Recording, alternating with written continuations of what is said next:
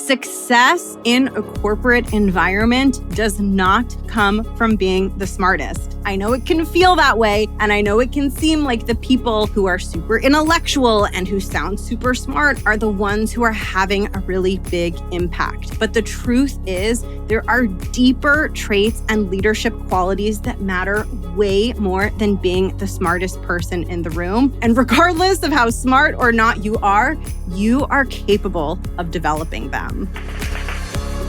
Welcome to The Art of Speaking Up, a podcast that helps professional women access the limitless potential that lies within them.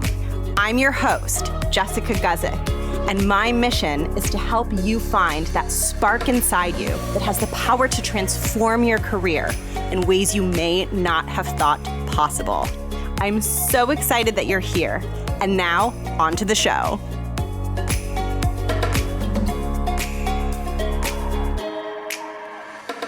Welcome to the show. Thank you so much for being here and for tuning in. My name is Jess. I'm a New York Times featured podcast host, and I'm a coach for professional women. I support professional women who work in the corporate and 9-to-5 space, and I am here to help you build big confidence and do big things in your career. And in today's episode, I am going to be addressing one of the single biggest mindset barriers that prevents people and prevents women from stepping into their full potential and accomplishing what they are actually capable of accomplishing in their careers and in their jobs. And that is the feeling or the worry that they aren't as smart as other people. This is a huge psychological barrier. It's a psychological obstacle that really can get in the way of you feeling solid about yourself and you really achieving your full potential. And so in this episode, we are going to be breaking down that psychological barrier together. Here's how we're going to be doing that, and here's what we're going to be diving into today. First, I'm just going to spend a little bit of time reassuring you that you are not alone in this experience, because it's really common to feel alienated and alone when you're struggling with confidence and really feeling like everyone's just better than you or smarter than you. And then together, we are going to talk about mindset. And I'm going to help you shift your mindset so you can stop feeling so weighed down by this sense that everyone around you is smarter than you and knows more than you. And finally, I am going to tell you what the board game Monopoly can teach us about the struggle with feeling like everyone else is smarter than you. That is the last thing that we're going to cover today, and there are some really unexpected but very valuable lessons that we can learn from the game of Monopoly. So that's what we're going to finish off with. Let's start with the most important piece, though, which is just I want to reassure you that this is a very normal experience to have. I recently crossed the 150 mark of number of women, professional women that I've coached. That number is steadily approaching 200. And this fear and this feeling that everyone's smarter than you is something I see over and over and over. It's incredibly common. And not only do I see it a ton when I'm supporting my clients, but it's also something that I experienced when I was getting started in my corporate career. I felt dumb. I felt stupid. I felt like I was missing something. And for me, that feeling was really exacerbated by the fact that I made a career change. I went to law school, I got a JD, and I realized in law school that I did not want to be a lawyer. I realized I wanted to be a strategist. I wanted to do business-related work, not legal-related work. So instead of going to a law firm, which is what literally like 96 or 97% of my law school classmates did after law school, I went to work at a management consulting firm. I went to work at McKinsey. And as soon as I got there, I felt really out of place. And I really did feel like everyone was smarter than me, partly because it's a really like competitive, hard to get into organization that really does hire smart people, but also because I had a really different background than most of the other people who worked at McKinsey. I had been trained in law, which was not at all useful in that setting. It's so funny. As I got deeper into my corporate career, people would ask me like, hey, Jess, like, do you use your law degree even though you don't practice law? And I think the answer people wanted to hear was, I think people wanted me to say something like, yeah, even though I didn't become a lawyer, I use it every day. But the true answer was no, I don't use it. And I felt like a massive imposter for the first several years of my career because I felt like I had training and background in something completely different. But the good news is, and the reason that I'm sharing my experience with you is to help encourage you and help you see that you can move through this. Because while I started my career feeling like everyone was smarter than me and feeling deeply insecure in that experience, as I got deeper into my corporate career and as I got towards the end of my time in corporate, as I was transitioning to becoming a coach and taking my podcast full time, I didn't struggle with that feeling at all. I wasn't even thinking about who was smarter than who. So it wasn't like all of a sudden I went from thinking everyone was smarter than me to thinking I was smarter than everyone else. I went from thinking everyone was smarter than me to not expending massive amounts of energy comparing my intellect to the people around me. I learned how to channel that energy into the most important place, which was the work that I was doing and the value that I was creating for my company. And that's really what we're talking about today, is helping you focus your energy on what actually matters. And the truth is, and what I'm going to be talking about quite a lot in today's episode, is that who is smarter than who doesn't really matter. It's actually quite a distraction that's going to take you away from having impact. It's going to dilute your focus. And I really want to show you that in today's episode so you can let go of this comparison and stop overvaluing the trait of being quote unquote smart. And that brings me to one of the first big pieces that I want to tackle today, which is I want to help you break down the assumption that the goal in your corporate career and the goal in your work environment is to be smart. Because a lot of us come into our professional journeys with that expectation that it's about being smart. But I want to question that assumption because what I have seen based on my own corporate career and the work that I do with my clients is that being smart is actually not what gets you ahead in corporate. And to help us understand this more deeply and to help us have a dialogue and a language that we can all use to understand this, I want to share a concept with you that I call a success model. I want to teach you what this concept is and explain what it means when it comes to the struggle of feeling like everyone else around you is smarter. A success model is a model that you have in your mind that tells you what factors will lead you to success. The simplest way that I think about the idea of a success model is it's like an equation. And the equation of a success model is blank equals success. And you can fill in the blank with whatever your beliefs are around what will lead you to success. So people might have different success models and different beliefs around what creates success. So if you are finding yourself looking around at all the people around you in your work environment and thinking that they're smarter than you, there's a really good chance that you have a success model in your mind that says smart equals success. Smart equals success. That is a success model that you are operating on. Now, what's really important when we are trying to self-improve and when we are trying to change who we are and adopt new traits and evolve, we want to make sure that we are building traits that are actually going to help us with our goals. And what I see so often is that people have a success model in their heads that is inaccurate, and they are focused on building skills and competencies that they think they need in order to attain success, but that they don't actually need. This is why it is so helpful to start by looking at what your success model is and making sure the model is accurate so that the capabilities that you are building are actually helping you with your professional goals and helping you thrive in your corporate career. Now, what I have found is that when people are very concerned that their coworkers are smarter than them, they are operating off a success model that says smart equals success. Smarts and intelligence and knowledge equals success, and everyone around me seems to have more of that. I'm not going to be as successful as they're going to be. Now, if you are trying to self-improve based off a success model that is accurate, your self-improvement efforts will yield success. However, if you are trying to self-improve based off of a success model that is inaccurate, you will continue to try to better yourself and change and evolve, but it won't necessarily lead to success.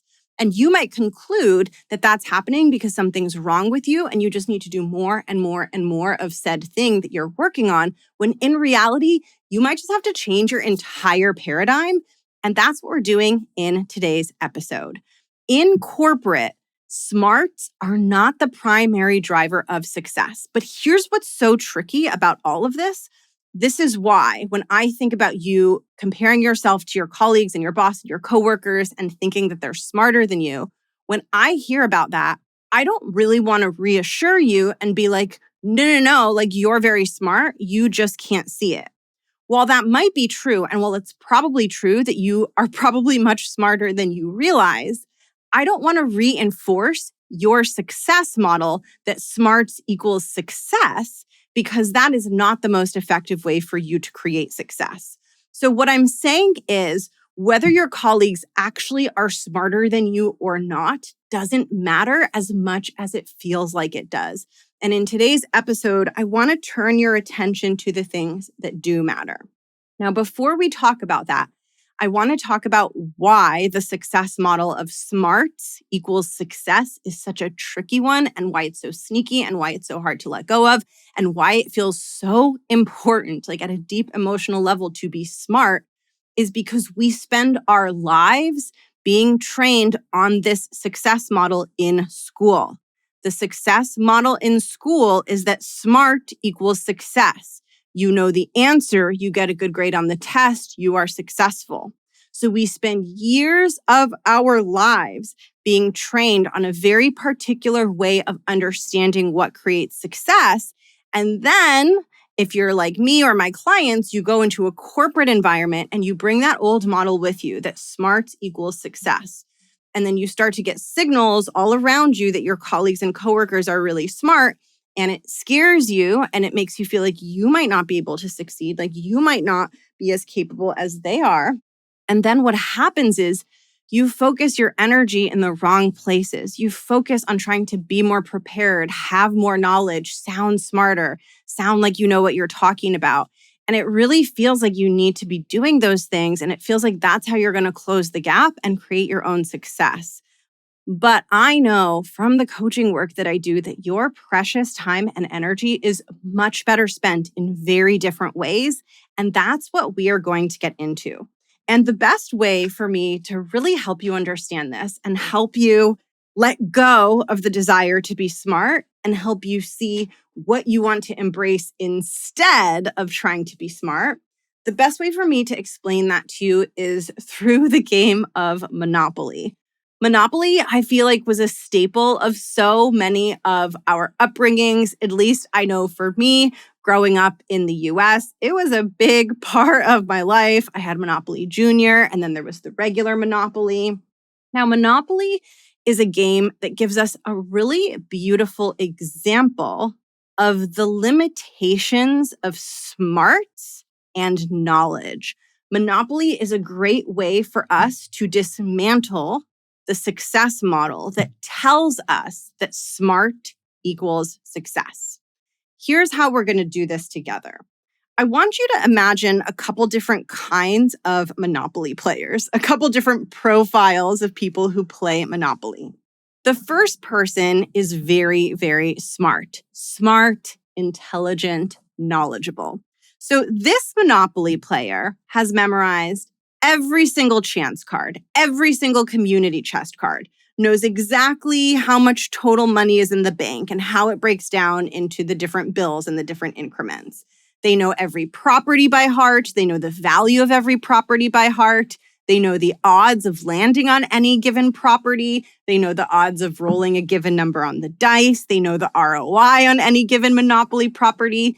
They're like an encyclopedic knowledge of the game of Monopoly. And that is what they bring to the game. Now, I want you to imagine a second style of player. And I'm laughing because I'm thinking about some of my friends and people I've played Monopoly with. But I want you to imagine a second style of player who doesn't necessarily have everything about the game memorized, doesn't know all the details, doesn't always remember, like, what is the price of the railroads and what are the odds of landing on Boardwalk. They don't necessarily know all of that stuff, but they're really, really good at making big moves, making bold decisions, buying big properties, and they're great at trading. They're really good at hustling and wheeling and dealing to get their opponents in the game to trade properties with them. And they're constantly making moves, making trades, and making things happen in Monopoly. Now, if you've ever played Monopoly, at least if you've played the kinds of games I've played, then you know what type of player wins at the end. It is not the player who knows everything and who has memorized the value of every card and every property. It's always the player that's showing up big, making big moves, making trades, wheeling and dealing. It is like the player that is hustling through the game and making those bold moves that ends up winning the game. And this is because Monopoly is not a game where being smart is the main driver of success.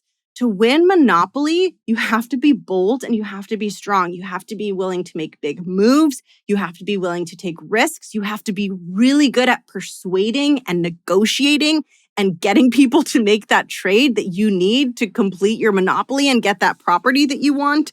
And those capabilities are really, really different than being highly smart and highly intelligent. The highly smart, highly intelligent player might have all these stats in their mind, but that's not going to help them make a key trade that's going to get them a monopoly. They might know the ROI on a certain property, but just knowing the ROI isn't going to help them have the confidence to make a bold move and make a decision on whether they should take that property given its ROI. So intelligence, it can help you a little bit in the game, but really what you need is courage. You need persuasion skills. You need interpersonal skills. You need to be able to spot and seize opportunities. You need to be really bold, and you need to be the type of person that takes up a lot of space. And what I want to offer is that the corporate world is a lot more like a game of Monopoly than it is like being in school. In school, the model for success is smart equals success. In the game of Monopoly, in corporate environments, in the business world, the model for success is different. It is not that smart equals success. It is more like bold, risk-taking, persuasive, focused, determined equals success. And those traits, bold, risk-taking, persuasive, focused, determined, those are different than being smart. You don't have to be super smart and hyper intellectual in order to be bold. You don't need to be a genius in order to have the courage to take a risk. You don't need to be like super, super book smart in order to be super persuasive and know how to get things done. So the skills that really put you ahead in the game of Monopoly and the game of corporate are not skills that require a deep-seated intellect. And so often we lose ourselves in the pursuit of intellect because we think that's what's going to lead us to success. And not only that, but on a deeper level, the pursuit of intellect is a comfortable pursuit. It doesn't really scare us. It's not scary to imagine becoming smarter. It's not scary to imagine acquiring more knowledge. You know, if you're anything like the women I coach, acquiring more knowledge, deepening your smarts is something you've been doing your whole life. It's part of who you are. It doesn't threaten you at all. And so I think a part of us wants to stay in that old, outdated model that smart equals success because it's quite comfortable for us to work on that part of ourselves. Whereas working on the things that actually create success, being bold, being risk-taking, being persuasive, that feels scarier, that feels bigger, that feels newer. But that is the path to success in a corporate environment. Intellect, smarts, knowledge has some usefulness, just like memorizing everything ever about Monopoly will have some use, but it's not what's going to get you across the finish line professionally. And so what I want to do is I want to offer you a few new goals that you can set for yourself in place of the goal of being smart. Rather than you thinking, I need to be smarter, or who's the smartest person in the room, or how do my smarts measure up against other people, I want you to stop wasting energy on those thoughts. You can even answer those thoughts by saying something like, who cares if they're smarter than me? That's not what's most valuable. That's not what's going to get this done at the end of the day, right? So you don't even have to convince yourself that you're smart. Like, you don't have to argue with your mind if you have a limiting belief around your own intellect. You can just say, so what? Who cares? That's not what's needed here. And instead, what I want you to focus on is being that bold, somewhat aggressive Monopoly player. And when I say aggressive, I don't mean someone who's rude or who's just like making everyone around them miserable. I mean aggressive in a way where you have a fire inside you, where you want to win, where you're focused, where you're determined. That's where you want to put your energy. And so there are a few pieces that you can focus on that will get you way farther and that will have way more power when it comes to your success equation than just trying to be smart. Here they are. There are 3 of them, and they're so incredibly important. These 3 things can make the difference between a career path where you stagnate and a career path where you are growing into leadership, like enjoying and loving your career and making a really big impact. So the first one is to be someone who makes big moves. To win the game of Monopoly, you can't be risk averse, you can't be conservative. You have to be willing to make powerful decisions and go all in. You have to buy the big properties. You have to make the big moves. You can't hesitate.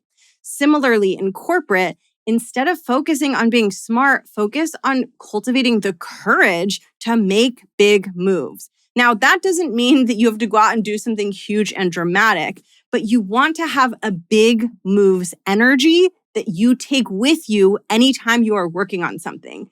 Big moves energy looks like making decisions around what the next step should be, not waiting for your boss and leadership to give you direction. Even if you're uncertain, finding a way forward, finding a way to move something along. So it's not like every move has to be big, but you want to have big moves energy and that you don't hesitate. You make a decision, you move forward, you don't let obstacles heavily slow you down. That is so much more valuable than being smart.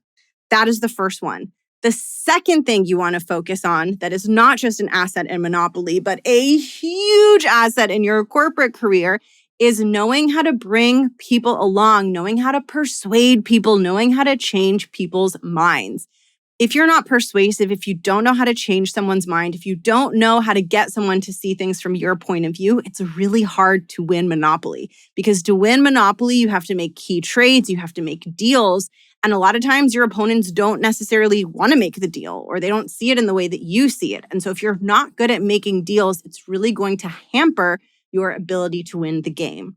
Corporate is exactly the same. Just like you can't win Monopoly in a vacuum without making trades, without making deals, or at least it's really hard to win if you don't make trades and you don't make deals because someone else is going to come in and make really strong deals that are going to put them ahead in the game. Similarly, in corporate, it's really hard to have a big impact if you don't know how to persuade people and bring people along and make quote unquote deals. Now, what that might look like is getting someone to agree with your suggestion, getting someone to support your project.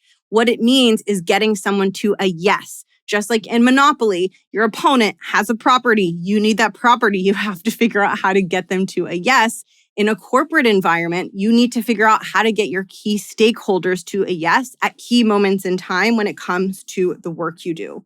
Now, this is something that you'll get better at with practice, but this does not require you to be smart. Being good at making Monopoly trades is not about being smart. It's about being bold.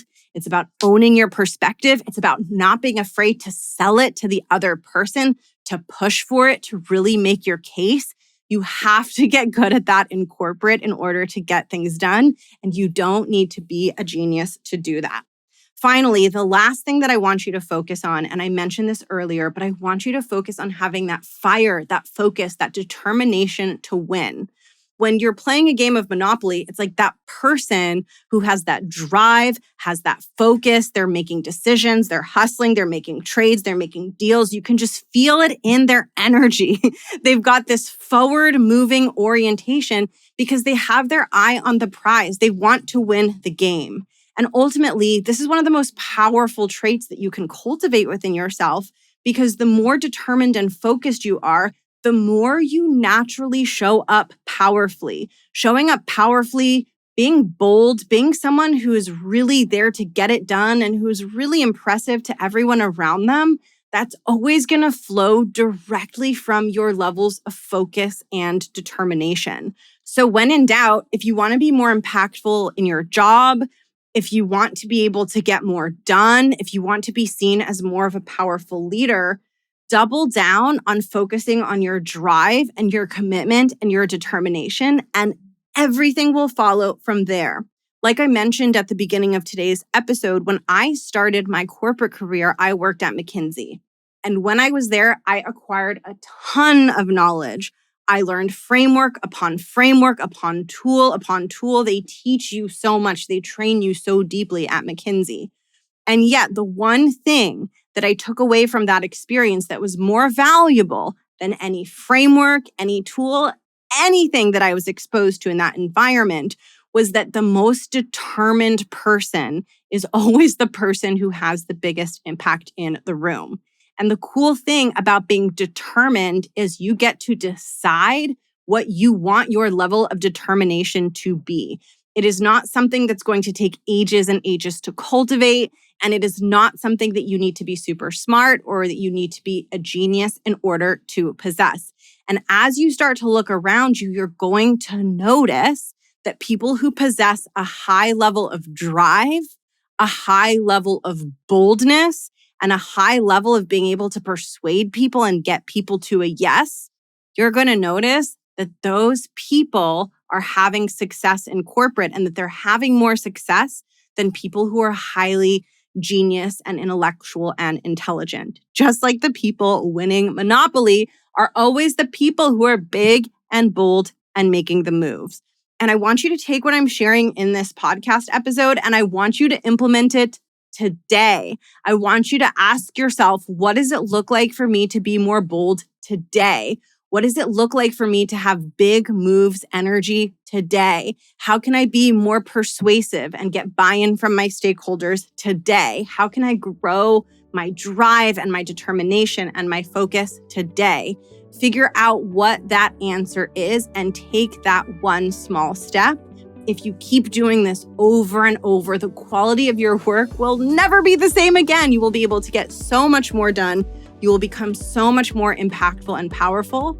And you will hopefully have the experience that I had, where you will stop worrying about who is the smartest because you are way too focused on execution and making a big impact in the work that you do. Thank you so much for tuning into today's episode. It's an honor to get to help you, and I will catch you in the next one. Bye.